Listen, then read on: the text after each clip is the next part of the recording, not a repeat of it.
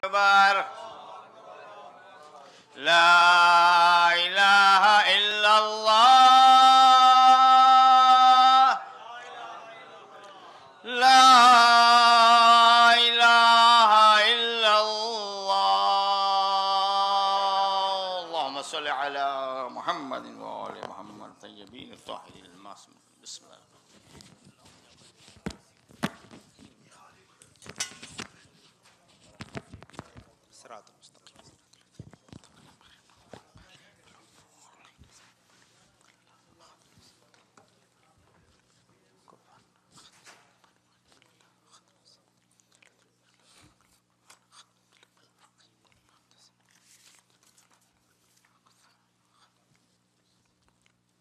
السلام علیکم. اعوذ باللہ من الشیطان اللعین الرجیم. بسم اللہ الرحمن الرحیم. الحمدللہ رب العالمین بارئ الخلائق اجمعین فاطر السماوات والارضین ثم الصلاة علی رسولہ الکریم جد الحسن والحسین مولانا و مولا الثقلین بالقاسم محمد. اللہم صلی علی محمد وآل محمد وأهل بيته الطيبين الطاهرين المعصومين الغر الميامين المخجلين واللعنة على أعدائهم أجمعين وغاصب حقوقهم ومنكر فضائلهم من يومنا هذا إلى قيام يوم الدين. أما بعد فقد قال الله تعالى في كتابه الحكيم وقوله الحق. بسم الله الرحمن الرحيم.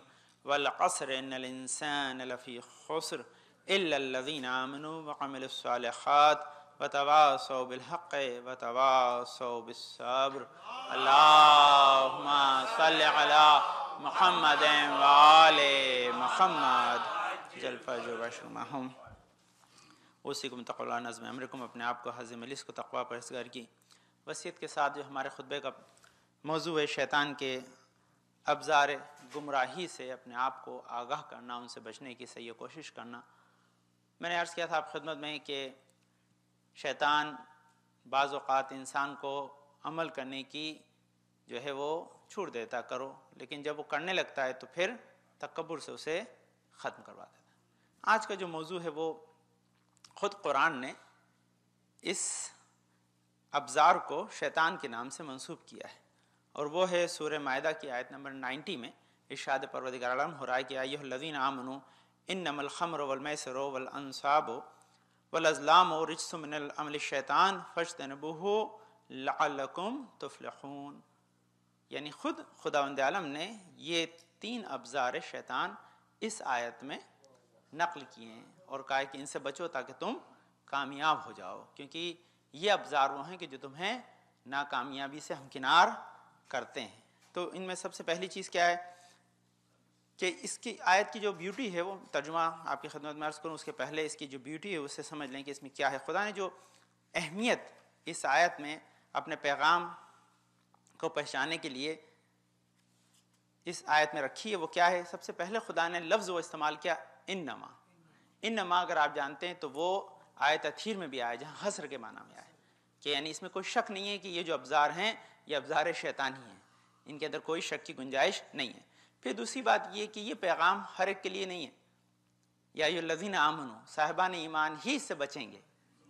انما جو ہے وہ بعد میں، لیکن کیا ہے کہ یا ایھا الذین آمنوا انما الخمر والمیسر تو یہ جو سب سے پہلے خدا نے جو ہے یا ایھا الذین آمنوا کا ہم استاد فرماتے ہیں کہ یہ پیغام ہی مومنین سے ہے کہ مومنین یہ تمہارے لیے ضروری ہے کہ تم اس سے بچو. بچنے کا فائدہ کیا ہے؟ تاکہ تم فلاح پا جاؤ گے. اب یہ لازمی کہ اس کا ظاہری ترجمہ ہے، پہلے اسے سمجھ لیں، اس کے بعد پھر انشاءاللہ ان جو تمام برائیاں ہیں ان کے پیچھے جو کچھ بھی نقصانات ہیں اس سے میں آپ کو آگاہ کروں تاکہ یہ پیغام ہمارے بچوں تک پہنچے اور لوگوں تک پہنچے، تاکہ ہم اس سے جو لوگ بچے ہوئے ہیں ہمیشہ بچے رہیں. ایسا نہیں کہ کوئی آدمی اس میں خدا نخواستہ ملوث ہے اور ہم چاہتے ہیں کہ اسے بچائیں، بلکہ کوئی کسی چیز کی خرابی اگر ہمارے ذہن میں ہوگی تو ہم کبھی اس کے نزدیک نہیں جائیں گے. یہ پیغام ہے اس کے پیچھے. تو سب سے پہلی چیز کہ یہاں جو اس کا ظاہری ترجمہ ہے اس آیت کا کہ ایمان والو شراب اور جوا بت پاسے کے تیر جو ہے وہ ناپاک اور شیطانی عمل ہے، ان سے پرہیز کرو تاکہ تم کامیاب ہو جاؤ. یہ ہے. تو یہ دیکھیے اس میں سب سے بڑی چیز کیا ہے کہ اس میں جو الفاظ استعمال کیے گئے ہیں، پہلے ان کو آپ سمجھ لیں تاکہ ان الفاظ کے میننگ جو ڈیپتھ رکھتے ہیں ان سے آپ کو آگاہی ہو۔ تو سب سے پہلے اسے خمر کیوں کہتے ہیں؟ شراب کو خمر کہا گیا ہے عربی میں، تو خمر اس کو کیوں کہتے ہیں؟ کس مادے سے لیا گیا ہے؟ کس جو ہے وہ روٹ ورڈ اس کا کیا ہے؟ روٹ ورڈ کے پیچھے جو ہے وہ میننگ کیا ہے، تاکہ ہم اس میننگ کو، ہم لوگ جس چیز میں استعمال کرتے ہیں وہ ذرا سا الگ ہے، کیونکہ ہم لوگ لفظ شراب استعمال کرتے ہیں۔ تو شراب اگر آپ عربی میں جائیں گے تو وہ ہر آدمی آپ کو عرب میں کہتا کہ نا شرب الماء ہے نا، تو شراب پینے کے معنی میں آتی ہے، تو وہ ہماری زبان میں اس لفظ سے منسوب ہو گئی ہے، لیکن عربی میں اس لفظ سے منسوب نہیں ہے۔ ہاں وہ شرب تو ہمیشہ وہ لفظ عربی میں استعمال ہوتے ہیں پینے کے لیے، تو جو بھی چیز لکوڈ ہوتی ہے اس کے لیے شرب استعمال یا شرب استعمال ہوتا ہے، تو وہ ایک الگ معنی ہے۔ لیکن ہماری زبان میں کیونکہ اس کو اس لفظ سے منسوب کر دیا گیا اس لیے اس معنی میں استعمال ہوتی ہے، تو یہ تو جو ہے وہ لغت کا اور اپنا جو ہے لینگویج کا اپنا ایک کرائٹیریا ہے۔ لیکن اصل میں اس لفظ کو جو قرآن نے استعمال کیا وہ لفظ خمر استعمال کیا ہے۔ تو خمر سے کیا مراد ہے؟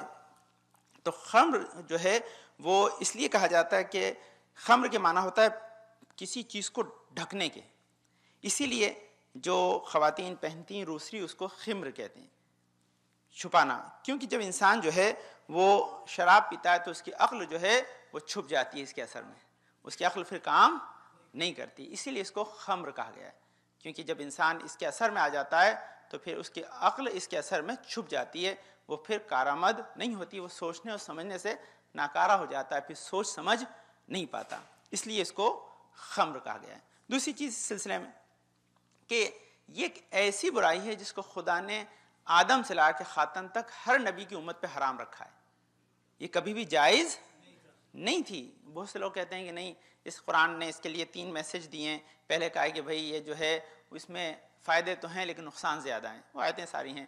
دوسری بات کہا کہ بھئی لا تقربوا الصلاۃ وانتم سکارا، کہ نماز مت پڑھو جب تم حالت جو ہے وہ نشے میں ہو۔ پھر تیسری مرتبہ یہی جو آیت ہے یہ آخری آیت ہے جس میں خدا نے اسے عمل شیطان قرار دے کر ڈائریکٹلی حرام کر دیا۔ تو اس کا مطلب یہ نہیں کہ کبھی جائز تھی بعد میں، بلکہ کیونکہ اتنی زیادہ برائی تھی کہ اسے لڑنے کے لیے اسٹیج بائی اسٹیج لڑا گیا ہے۔ یہ برائی اتنی عام تھی کہ اس کو ایک مرتبہ میں اگر روکا جاتا تو شاید نہیں رکتی، اس لیے اللہ نے اسٹریٹجی استعمال کی، یہی ہمارے علماء بیان کرتے ہیں، تاکہ دھیرے دھیرے اس برائی کو سماج سے ختم کر دیا جائے، اور نتیجہ یہ ہوا کہ وہ ختم کر دی گئی، اور اس کا فائدہ یہی ہے کہ آج اس کا اثر باقی ہے۔ یہ شے کیوں حرام ہے، اس کا سبب کیا ہے، یہ بالکل ظاہر و آشکار ہے۔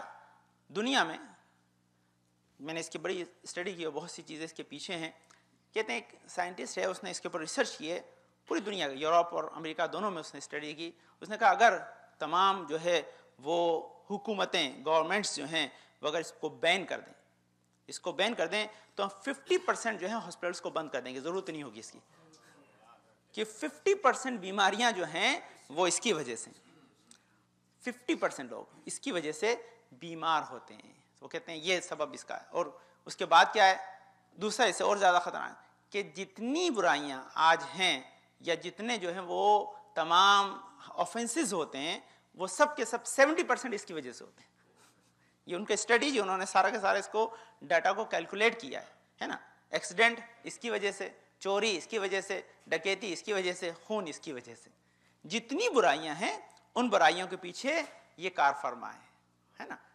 کار فرما ہونا اسے، میں آپ کی خدمت میں بہت پیاری بات کہتا ہوں، آپ کے ذہن میں شاید جملہ یاد ہوگا کہ دنیا کے اندر کوئی بھی حکومت، کوئی بھی گورنمنٹ، چاہے کہیں بھی ایسٹ سے ویسٹ، نارتھ سے ساؤتھ، کہیں بھی ہو، کبھی بھی جو ہے وہ آدمی کو پی کر گاڑی چلانے کی اجازت نہیں دیتی ہے نا۔ تو آپ عزیزان گرامی اپنی جو ہے وہ 20,000 سے لگا کے جو ہے 40,000 تک کی گاڑی تو پی کے نہیں چلا سکے، دنیا کی گاڑی پی کے چلائیں تو کیسا ممکن؟ تو دنیا کی گاڑی بھی آپ پی کے چلا نہیں سکتے، یہ پاسبل نہیں ہے، کیونکہ انسان کا جو عقلی کام نہیں کر رہی ہے تو پھر یہ شے کا نقصان بہت زیادہ ہے، بہت زیادہ ہے۔ اس کو اتنا زیادہ ہے کہ میں آپ کو بتاؤں، عجیب چیز مجھے بھی، میں کچھ دوستوں نے مجھ سے شیئر کی، اور چیز اول تو اس چیز کو ایک بہت اچھی بات ہے، آپ انڈیا گورنمنٹ کی کچھ باتیں بتاتا ہوں، پاکستان میں خیر تو جائز ہی نہیں ہے، لیکن انڈیا میں کیونکہ اس کو بعض جگہ اس کو کسی بھی جو ہے وہ ورشپ کرنے کا جو جگہ ہوتی ہے نا، مندر، مسجد، گرجا گھر، امام باڑہ، اس کے ایک حدود تک اس کو الاؤڈ نہیں ہے، اس کے ایک خاص ڈسٹینس تک اس کو الاؤڈ نہیں کیا گیا. کیوں الاؤڈ نہیں کیا گیا ہے؟ کیونکہ یہ دونوں میں کنٹروڈکشن ہے.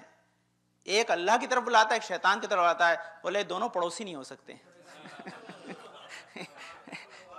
یہ دونوں آپس میں پڑوسی نہیں ہو سکتے، ان کو الگ رکھو تاکہ کسی کو مثلا کبھی کبھار یہ گلٹی. دیکھیے اس کو بچوں کو یاد بتائیے گا کہ محسوس کہ ماں باپ نے جب اس کی تعلیم دی، اس کی برائی کو اس طرح سے بتایا کہ کبھی کوئی مجبوری میں اس گلی سے گزر جائے جس میں دکان ہو تو آدمی گلٹی فیل کرتا ہے کہ آج ادھر سے کیوں آنا پڑا، کہ مجھے اس کا منہ دیکھنا پڑا.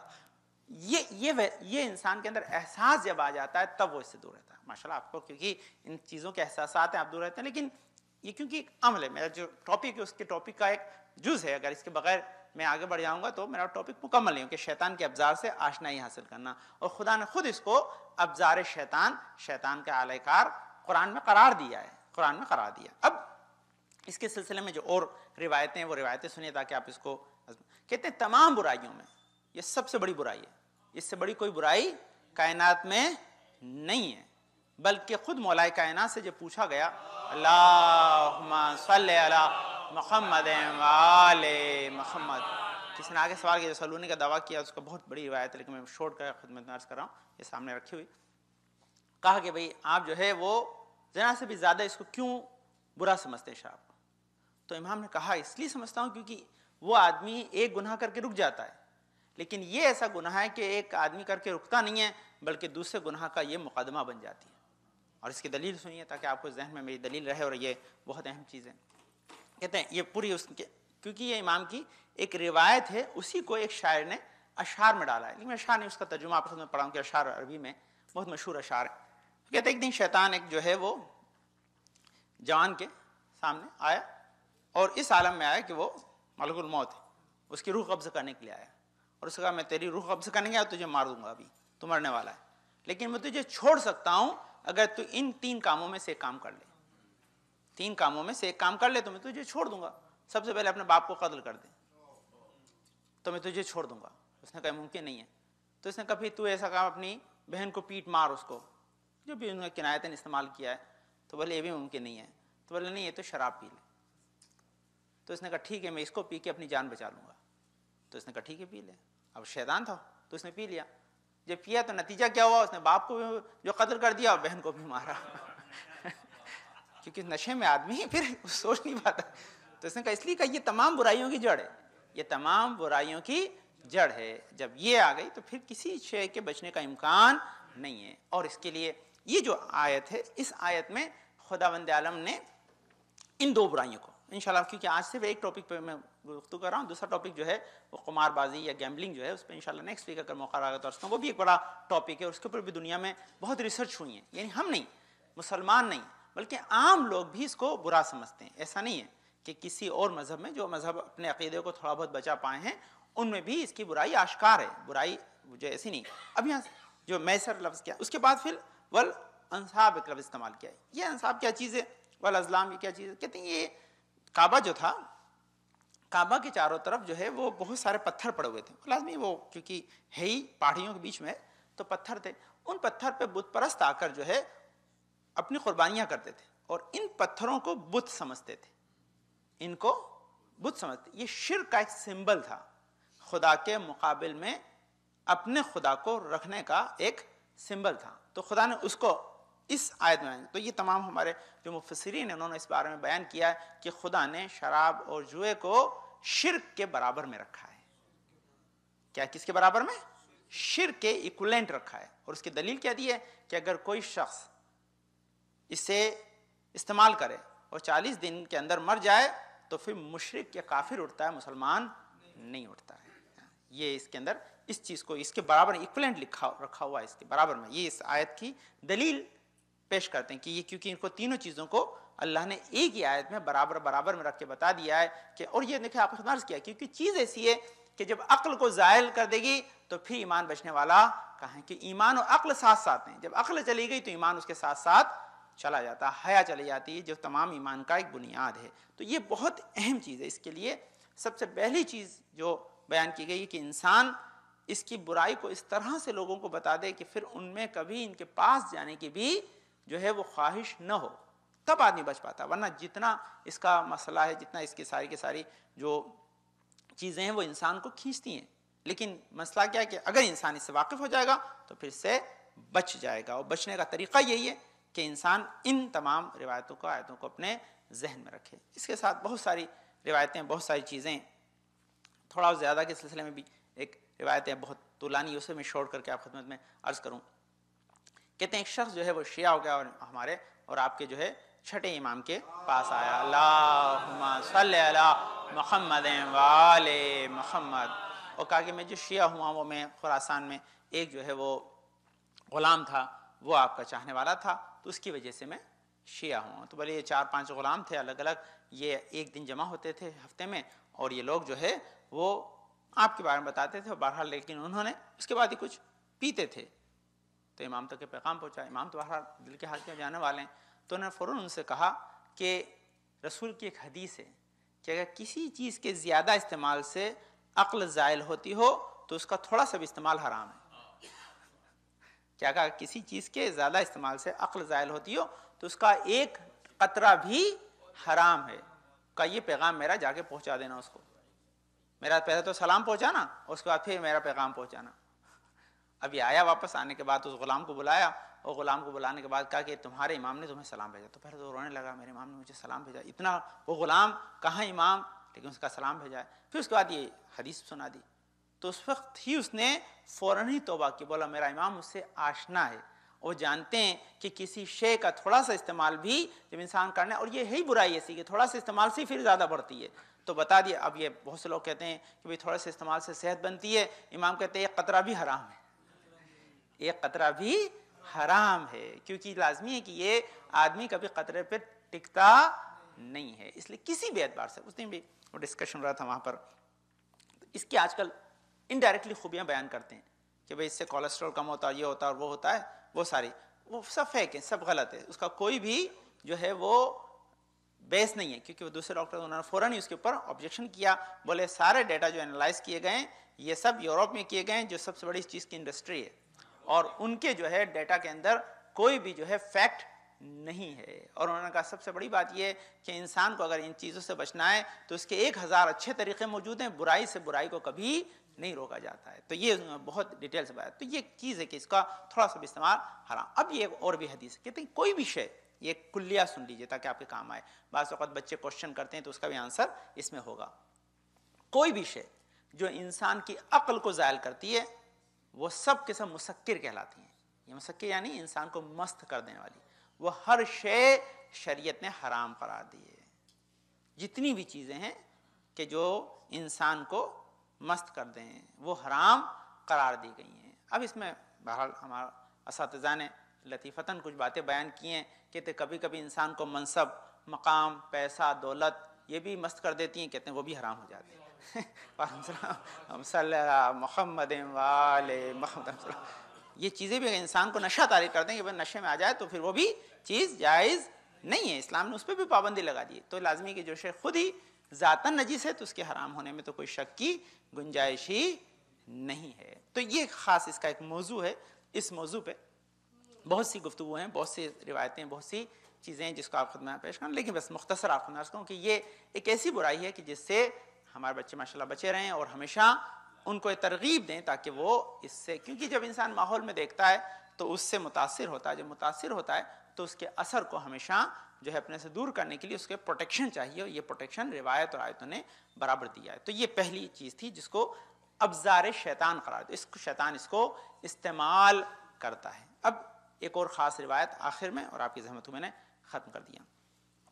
یہ جو روایت ہے اس کے اندر امام نے اس سلسلے میں جتنے لوگ ہیں ان سب کے اوپر جو ہے وہ لعنت کی ہے، اور وہ 8 گروہ ہیں جو شراب سے متعلق کام میں ملوث ہوتے ہیں، وہ 8 گروہ ہیں جن پہ ائمہ نے خدا کی طرف سے لعنت بھیجی ہے۔ سب سے پہلا نہیں ہے، تیسری، آپ جو امانت پیسہ نہیں دے سکتے تو آگے کا کبھی اپنی بیٹی کا رشتہ نہ دے، کیونکہ یہ تو بڑی امانت ہے آپ کی، تو بڑی امانت ہے کہ اس کو کبھی اس کا رشتہ نہ دے۔ اس کے بعد پھر یہ سماج کے دوسرے سارے پوائنٹس ہیں وہ، لیکن بہرحال یہ اہم چیز ہے کہ جس کی وجہ سے یہ عمل شیطان ہے، شیطان کا ایک خاص حربہ ہے جو انسان کو بہکانے کے لیے شیطان استعمال کرتا ہے. اس کو بچنے کا طریقہ یہ ہے کہ اس کی برائیاں جب انسان کے سامنے ہوگی تو اپنے آپ اس سے بچ جائے گا. جب تک آپ کی اس کی برائی، اس کی خباثت، اس کا نیگیٹو امپیکٹ آپ کے ذہن میں نہیں ہوگا تب تک بچنا اس سے ممکن نہیں ہے. تو بہرحال اس کو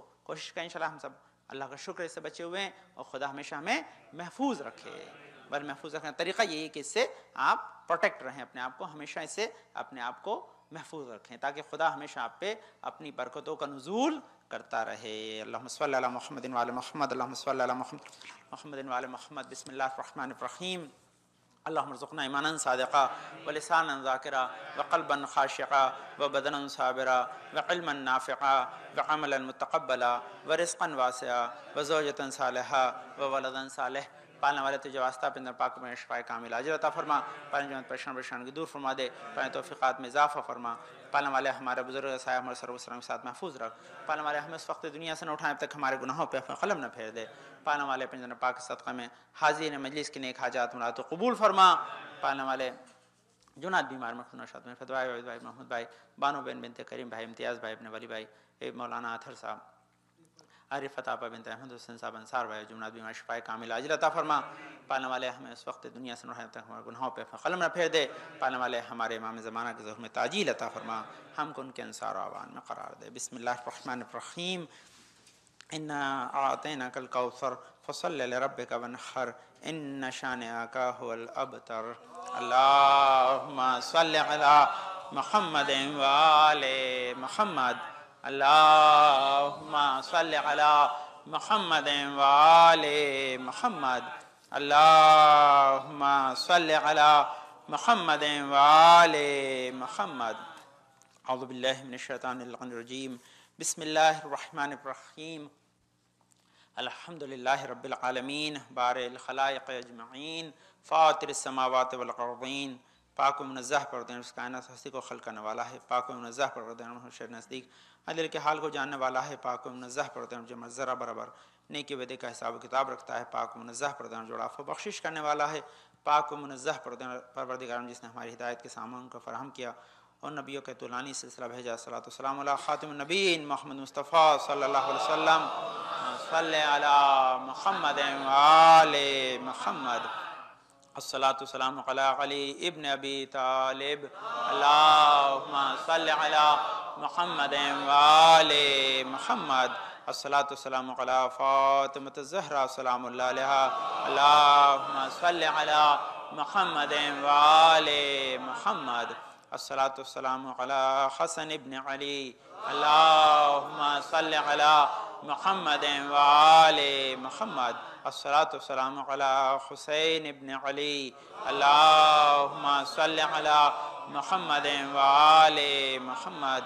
الصلاۃ والسلام علی علی ابن الحسین. اللہم صلی علی محمد وآل محمد. الصلاۃ والسلام علی محمد ابن علی. اللہم صلی علی محمد وآل محمد. الصلاۃ والسلام علی جعفر ابن محمد. اللہم صلی علی محمد وآل محمد. الصلاۃ والسلام علی موسیٰ ابن جعفر. اللہم صلی علی محمد وآل محمد. الصلاۃ والسلام علی علی ابن موسیٰ الرضا.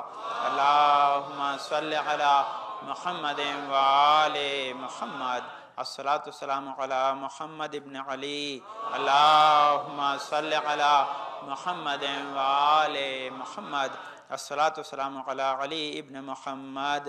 اللہم صلی علی محمد وآل محمد. الصلاۃ والسلام علی حسن ابن علی. اللہم صلی علی محمد وآل محمد. الصلاۃ والسلام علی خلف الحاد المہد المنتظر. اللہم صلی علی محمد وآل محمد. وعجل فرجہ واشر معہم واہلک اعداءہم. جن کے ظہور سے دنیا عدل انصاف سے بچ جائے گی، ظلم و جور ختم ہو جائیں گے انشاءاللہ.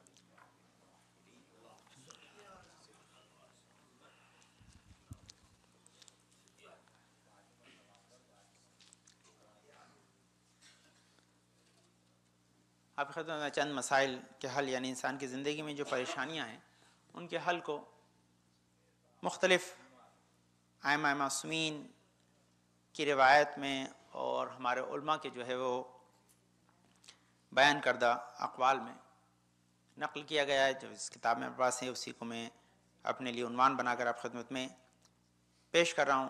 اور میں نے عرض کیا تھا کہ انسان فقر سے ڈرتا ہے اور بہتر ہے کہ خدا ہمیشہ اس سے دور رکھے، کیونکہ خود مولا کا قول ہے کہ فقر جو ہے وہ کفر کے قریب کر دیتا ہے.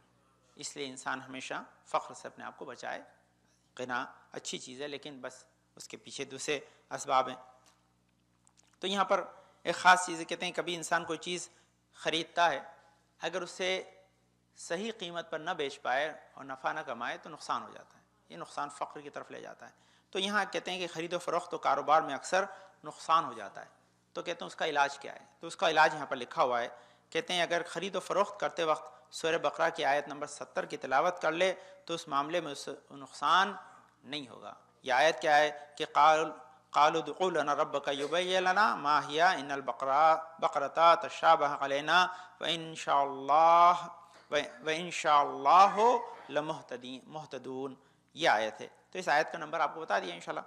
اور اس آیت کا تذکرہ کیا ہے؟ کہتے ہیں اس آیت کے اندر جو ہے وہ سورہ بقرہ ہے ہی مشہور ہے نا گائے کے سارے واقعے سے. گائے کا واقعہ کیا ہے کہ بنی اسرائیل کے ایک آدمی نے دوسرے کو قتل کر دیا تھا. جب وہ قتل کر دیا تو جا کر جو ہے وہ لڑکی کا مسئلہ تھا، اس کے اندر جا کر جو ہے جس قبیلے کا آدمی تھا، جس قبیلے سے دشمنی تھی، ایک ہی قبیلے والے نے اپنے ہی بندے کو قتل کیا اور دوسرے دشمن والے قبیلے کے باہر جا کے لاشیں کو ڈال دیا.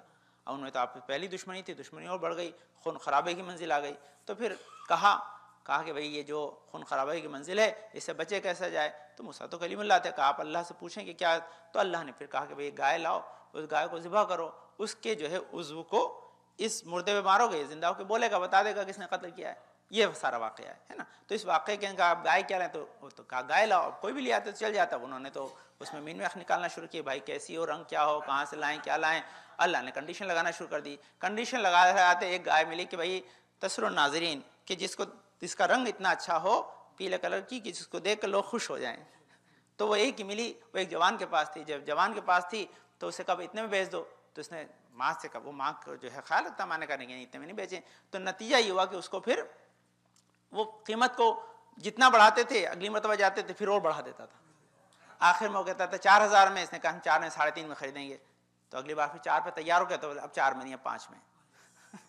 پھر 5 میں جاتے تھے. آخر میں منزل یہ آئی کہ انہوں نے کہا اب اتنے میں بکے گی کہ یہ گائے ذبح کرو ہے نا، اس کے بعد اس کی کھال میں سونا بھر کے مجھے دو تب تمہاری، ورنہ نہیں. اس قیمت پہ وہ گائے بکی. ہاں، اور اتنا اس کو بینیفٹ ہوا، اپنی ایک پراپرٹی کو بیچنے کا اتنا بڑا اس نے بینیفٹ اٹھایا. اب روایتوں میں جو لکھا ہے کہ اس کا سبب یہ تھا کہ اس نے تو ماں کے کہنے کو مانا تھا. یہ بچہ اپنا ماں کا مطیع تھا، اس لیے اس کو یہ فائدہ ہوا.